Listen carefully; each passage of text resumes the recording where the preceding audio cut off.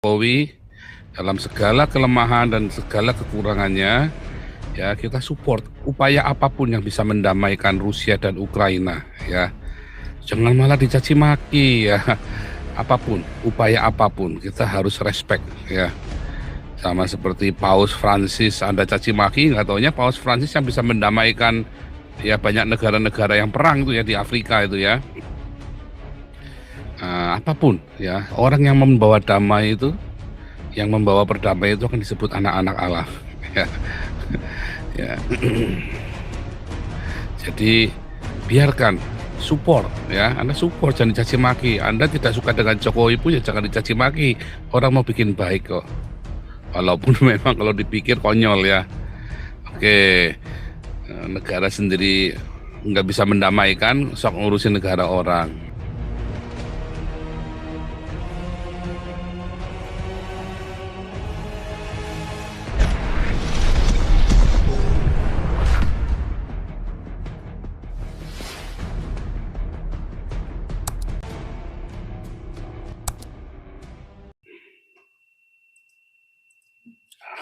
Oke, haleluya. Senang sekali menyapa Anda dari Eropa, tanah yang merdeka. Kita memberi salam terlebih dahulu untuk teman-teman di live chat dan di live Zoom yang ada di seluruh dunia. Shalom Indonesia, Shalom Eropa, Shalom Afrika, Shalom Rusia, Ukraina, ya, dan Mongolia. Kita berdoa untuk Bapak Jokowi dalam segala kelemahan dan segala kekurangannya, ya kita support upaya apapun yang bisa mendamaikan Rusia dan Ukraina, ya. Jangan malah dicaci maki, ya. Apapun, upaya apapun kita harus respect, ya. Sama seperti Paus Francis, Anda caci maki, nggak taunya Paus Francis yang bisa mendamaikan ya banyak negara-negara yang perang itu ya di Afrika itu ya. Apapun ya, orang yang membawa damai itu, yang membawa perdamaian itu akan disebut anak-anak Allah. Ya, ya. Jadi biarkan support ya, Anda support, jangan dicaci maki. Anda tidak suka dengan Jokowi pun ya jangan dicaci maki. Orang mau bikin baik kok. Walaupun memang kalau dipikir konyol ya. Oke, negara sendiri nggak bisa mendamaikan, sok ngurusin negara orang. Tapi jangan mikir itunya, pokoknya dia sudah berangkat untuk mendamaikan, berusaha ya. Kadang-kadang Anda suami istri bertengkar, malah Anda bisa bikin akur keluarga orang lain kan? Kenyataannya kan begitu kan. Jadi nggak usah nyinyir ya. Saya bukan pro Jokowi, saya hanya ngasih opini saya kepada Anda. Shalom yang ada di Amerika, Kanada, Amerika Latin, dan juga yang ada di Kepulauan Hawaii, Panama, Shalom semua yang ada di New Zealand, Australia, dan Kepulauan Salomon, Timor Leste, Irian Jaya, Papua Nugini, ya, Shalom semua yang di Hong Kong, Cina, Jepang, Taiwan, Korea, Shalom India, Malaysia, Brunei, Singapura, Filipina, Shalom Thailand, Vietnam, Kamboja, Laos, Myanmar, Burma, Laos, Shalom semua yang ada di Iran, Dubai, Arab Saudi, Shalom semuanya, Papua Barat, air mata kami, donasi kami, selalu bersama dengan Anda juga semua doa-doa kami. Haleluya. Kita minggu kemarin banyak kabar baik ya, termasuk kartu dan rekening Galarua sudah ready ya, dan beberapa acara kemarin saya telepon Pak Jenderal Tobing langsung ya, juga beberapa saya bilang kita mau galang ya kekuatan supaya kampanye Pancasila ini bisa masuk ke kampus-kampus ya, dan kita berdoa supaya ada kader-kader Pancasila yang bisa dikirim ke sekolah-sekolah. Tentu ada yang volunteer, ada yang kita bayar ya, ada yang volunteer, ada yang kita bayar. Nanti makanya kita doa bagaimana ya, sama seperti Anda memberitakan Injil ya, kita juga Pancasila adalah bagian dari Injil. Pancasila adalah bagian dari kabar baik yang Anda beritakan. Ya, makanya hari ini tema kita adalah auto surga atau auto neraka. 3 hal yang membuat Anda auto neraka dan hanya 1 hal yang bikin Anda auto surga. Ya, 3 hal bikin Anda auto neraka, 1 hal yang bikin Anda auto surga. Saya lagi cerita untuk orang Kristen ya. Ini adalah untuk orang Kristen pemahaman Anda. Jadi kalau Anda di dalam, kalau di luar Kristen ya saya nggak, sudah neraka semua. Nah ini kita lagi cerita yang tiga hal ini, yang untuk bagaimana pemuridan, bagaimana Anda memberikan pengertian kepada orang-orang yang Anda injili, dan Anda memberikan pengertian kepada orang-orang yang sudah dibaptis, yang baru dibaptis. Terutama itu ya, yang dari Baduy, Malang, ini menjadi materi pemuridan, ya bisa menjadi bahan materi pemuridan Anda. Ya, dasar pertama kali, bulan pertama kali Anda memuridkan. Ya, ini yang harus Anda sampaikan.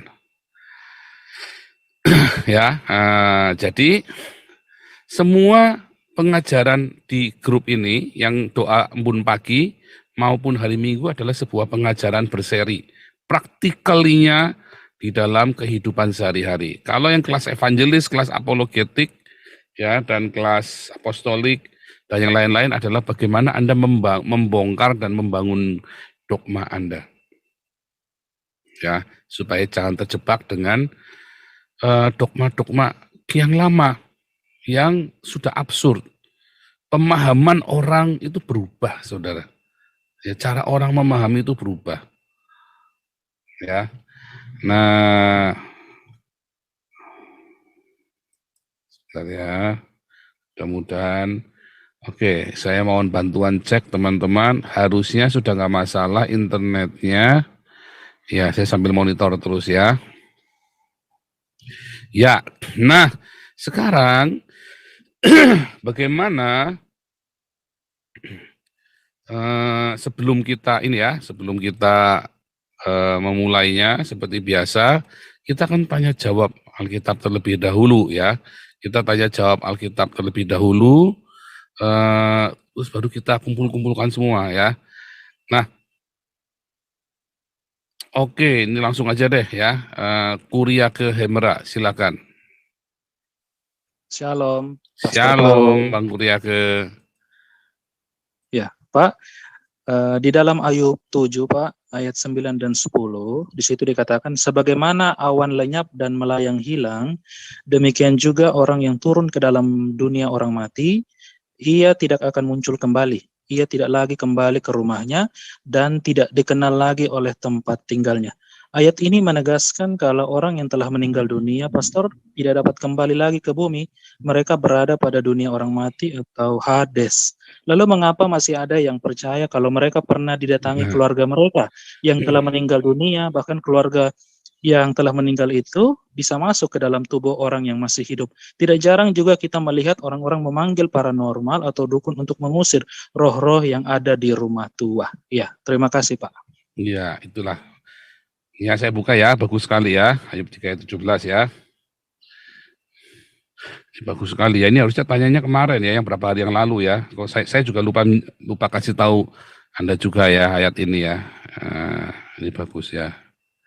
Ayub 3 ayat 17. Mana Ayub 3? Ayub 7, Pastor. Ayub 7 maksudnya, Ayub 7. Ayat 9 dan 10. Ya, ayat 7. Bentar ya, saya share screen. Terima kasih pertanyaannya ya, ini bagus banget pertanyaan ini. Saya selalu lupa untuk kasih tahu.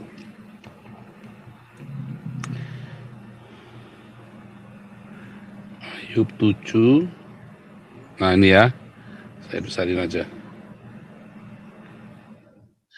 Ya, ini bagus ya. Sebagaimana awan lenyap dan melayang hilang, demikian juga orang yang turun ke dalam dunia orang mati, Seol ya, tidak akan muncul kembali. Ia tidak lagi kembali ke rumahnya dan tidak dikenal lagi oleh tempat tinggalnya. Nah, dulu saya pernah menjelaskan ya, kita ini hidupnya ada di Hades atau di Paradiso.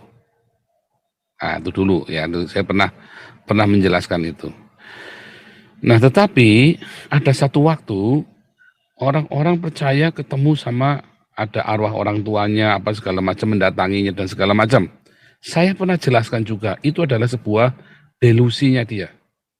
Ya, sebuah delusi karena keinginan yang amat sangat alam bawah sadar kita itu memanggil.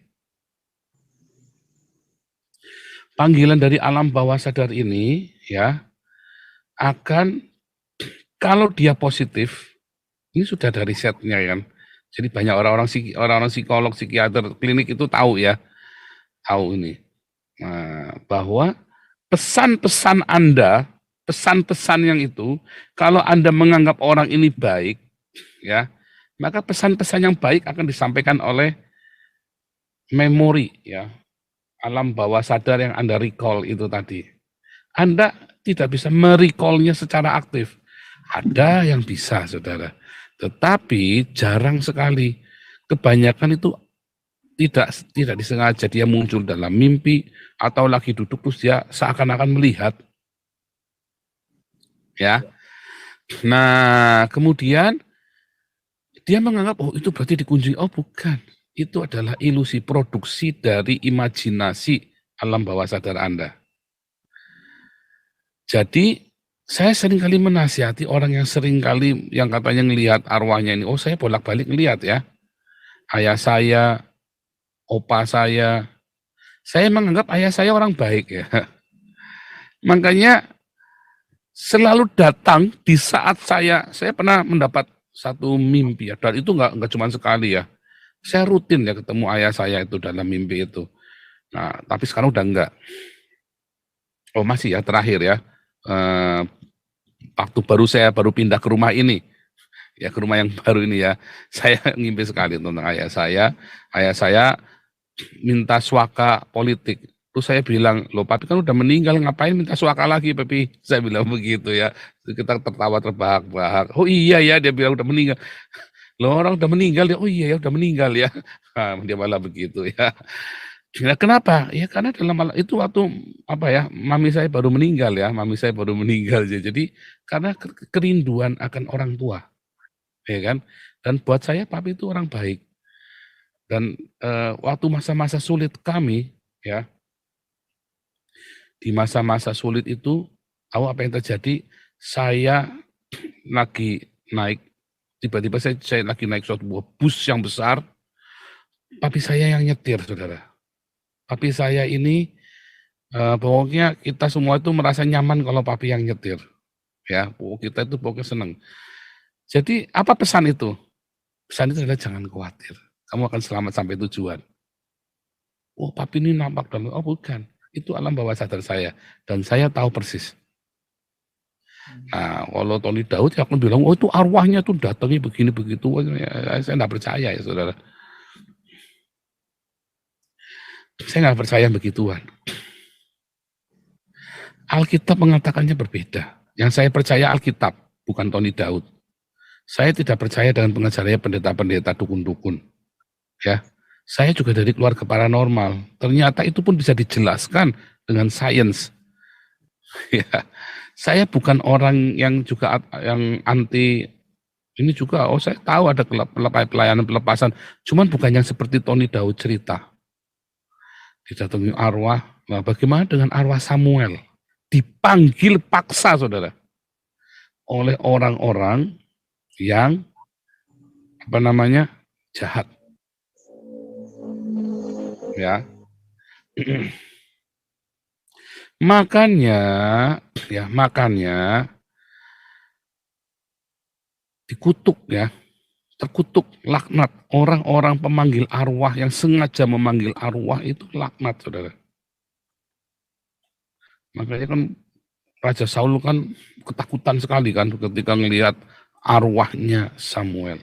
Dan itu hanya tertulis sekali di Alkitab ya, ditulis. Itu sebuah kejadian besar, saudara. Bukan kejadian yang lazim.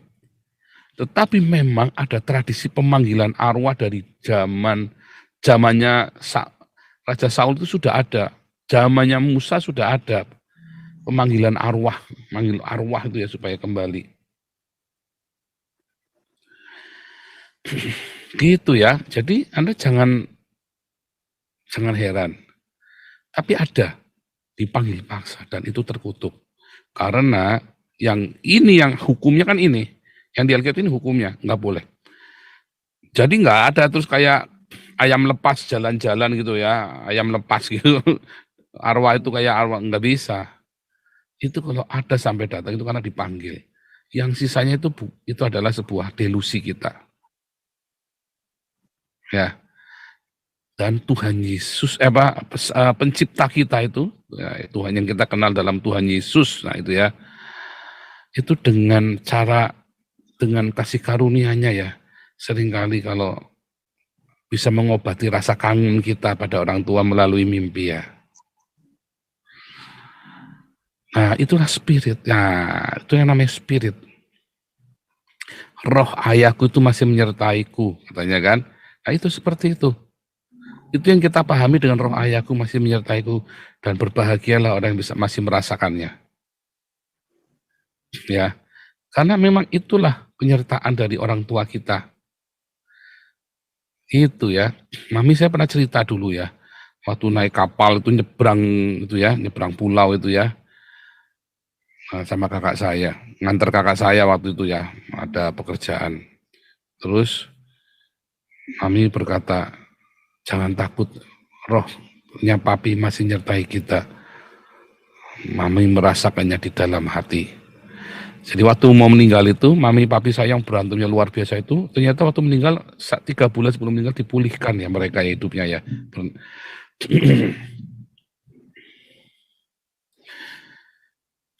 Nah itu yang namanya ini ya, orang-orang kuno itu bilang itu engkau masih menyertai kita, makanya orang Konghucu itu ada sembahyang leluhur untuk menghormati supaya para roh leluhur itu menyertai, ya kan? Idenya tidak salah, idenya bagus ya, dan memang secara alam bawah sadar memori dalam ini memerintahkan kita untuk menciptakan itu, ya kan? Jadi memang, tetapi ada orang yang tertipu ya. Apalagi kalau yang baik kan nggak apa-apa ya, positif. Tapi kalau yang negatif gimana? Ada orang mati masih ngejar-ngejar haunted kan, nah ya kan repot kan? Ya bersumpah, Anda mendengar kan, aku mati, nanti arwahku kan ngejar-ngejar kamu. Ada yang begitu ya, terus Anda dengar kan? Nah terus dia ke bawah kan, alam bawah sadar dia nggak percaya. Tetapi alam bawah sadar dia ngerekam di saat tertentu, ya, koslet itu saraf-saraf otak Anda itu keluar dalam gambar. Ya, makanya Yesus menawarkan pendamaian. Kalau Anda berdamai, bahkan dengan orang yang Anda pernah nggak sengaja Anda bunuh sekalipun, Anda berdamai, datangi keluarganya. Anda punya salah. Ya, itu. Nah, kalau di dalam peristiwa ini kan rekonsiliasi. Nah, hari ini tadinya saya mau cerita tentang rekonsiliasi, saudara. Tadinya saya mau cerita tentang rekonsiliasi, tetapi Jibril tadi bersabda jangan, nanti, belum waktunya. Ya, saya mau cerita, nah, kalau Anda sadar, Anda akan rekonsiliasi. Nanti Anda dimerdekakan dari haunted itu, dari hutang darah itu. Sama seperti Indonesia, ya. Hutang darahnya banyak sekali loh orang Indonesia ini. Anda harus rekonsiliasi. Kalau enggak itu nanti haunted. Hauntednya dalam rupa kutuk, kemiskinan, kematian, chaos. Ya, enggak akan lepas dari Indonesia. Nah, gitu ya, Pak Kuryage. Jadi saya tetap percaya bahwa enggak bisa. Nah, tetapi ada orang-orang indigo. Nah, ini kan kasus yang ketiga. Indigo bagaimana? Orang yang indigo, dia memang hidupnya di antara itu. Terus dia bisa melihat, nah orang-orang ini kemudian sering dipakai untuk bertanya-tanya. Nah terkutuk dia, tertekan sekali. Orang-orang indigo itu nggak nikmat hidupnya ya, nggak nyaman. Banyak orang-orang indigo itu tersiksa ya. Karena itu tadi, dia menggunakan alam bawah sadarnya untuk hal yang tidak baik. Tapi kan ini buat nolong orang, nah iya.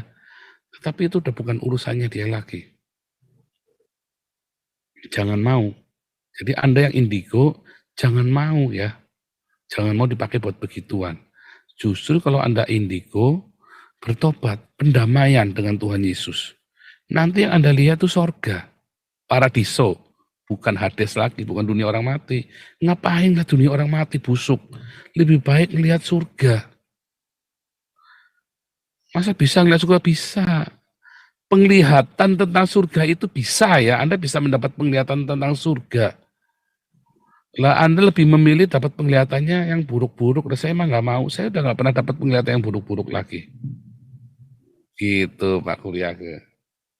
Iya. Mudah-mudahan cukup menjelaskan ya. Jadi ini ya dan amin. Ya, terima kasih Pak.